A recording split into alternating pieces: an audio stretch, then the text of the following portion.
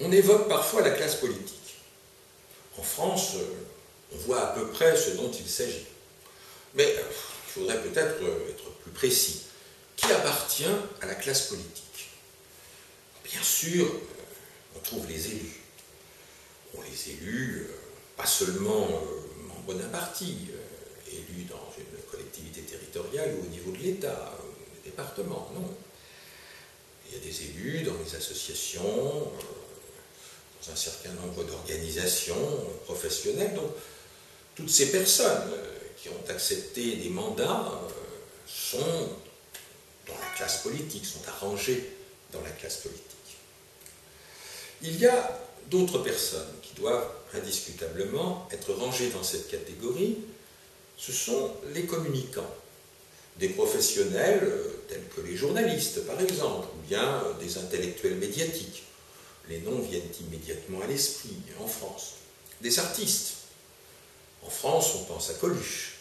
Aux États-Unis, on pense à Michael Jackson. Ce sont là très clairement des artistes qui ont été des membres de la classe politique. Et puis, il y a également des gens qui sont dans l'ombre, mais qui sont des professionnels de la manipulation. Ces professionnels de la manipulation travaillent souvent dans des instituts de sondage, ou bien ce sont des publicistes. L'idée forte qui vient aujourd'hui à l'esprit quand on évoque la classe politique, c'est le rôle central de l'ingénierie sociale. Le fait que la mission traditionnelle de l'élu, qui était de servir de relais aux aspirations de ses électeurs, eh bien, elle est aujourd'hui très largement remplacée par ces techniques de psychosociologie, ces techniques de communication qu'on peut qualifier d'ingénierie sociale.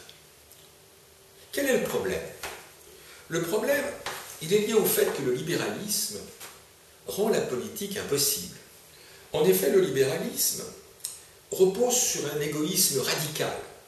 Cet égoïsme radical est censé assurer le pilotage automatique du corps social.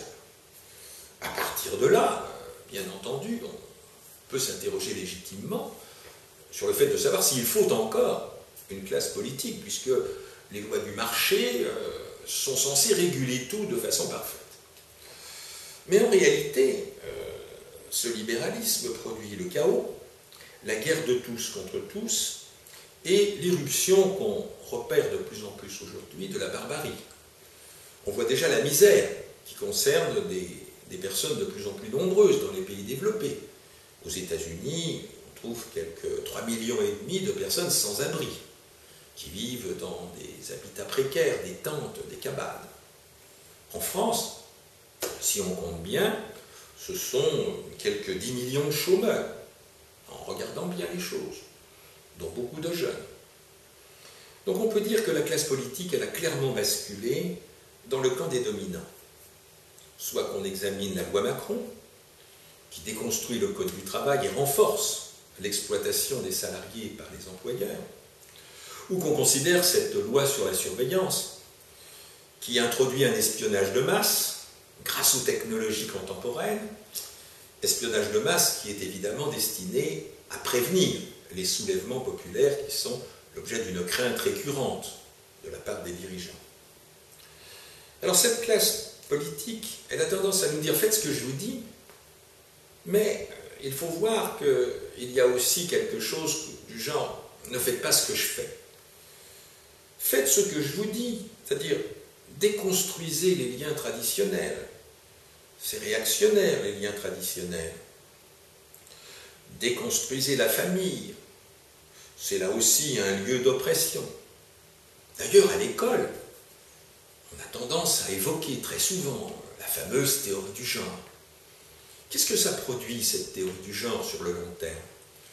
Déjà, une déstabilisation psychologique d'un grand nombre d'enfants qui n'auraient pas eu l'idée de se poser ce genre de questions et qui, par l'introduction de ces thèmes, avec toutes les mises en scène et les modules de formation qui sont installés, ça produit bien sûr éventuellement une déstabilisation psychologique.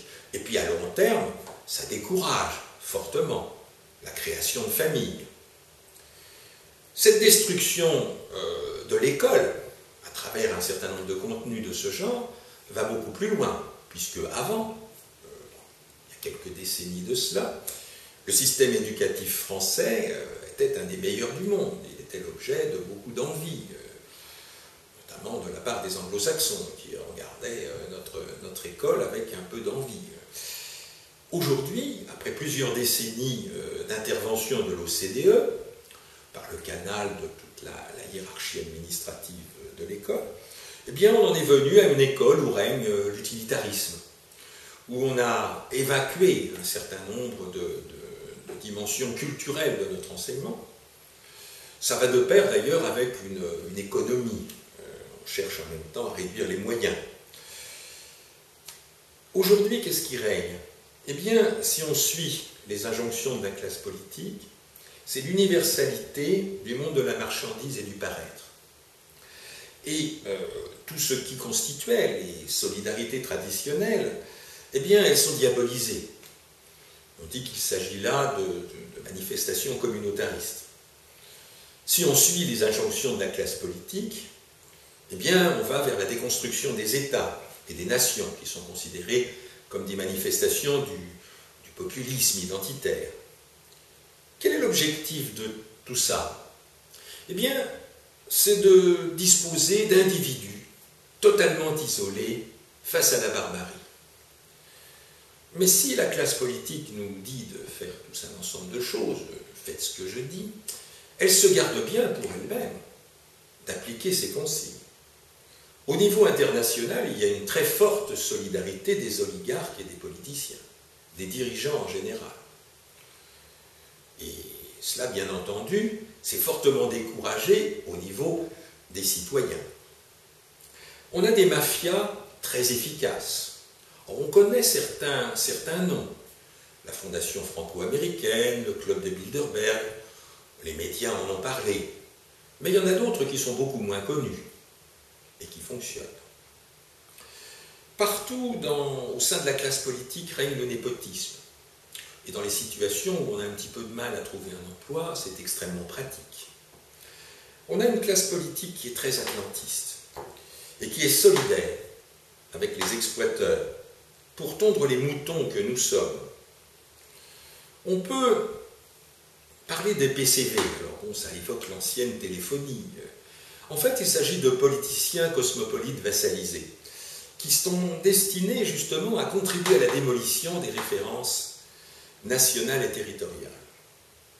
Donc en fait, ce qu'on voit aujourd'hui au sein de la classe politique, c'est qu'ils sont décidés à tirer collectivement leur épingle du jeu dans la tourmente. Il faut dire que cette tourmente est particulièrement inquiétante et qu'actuellement, avec l'Europe, eh bien, les oligarques, les dominants, effectuent une étude de cas. Oh, ça remonte à la fin de la Deuxième Guerre mondiale. Mais au niveau de l'Europe de Bruxelles, on voit vivre une structure qui est totalement non démocratique. Il y a une répétition générale et un test. C'est l'introduction de la pauvreté radicale dans un pays comme la Grèce, qui est le berceau de notre civilisation. Aujourd'hui, l'histoire s'accélère. Bien sûr, de très nombreux citoyens s'abstiennent. L'abstention est le premier parti. On comprend pourquoi, avec ce que je viens d'évoquer. Mais il faut sans doute passer à autre chose.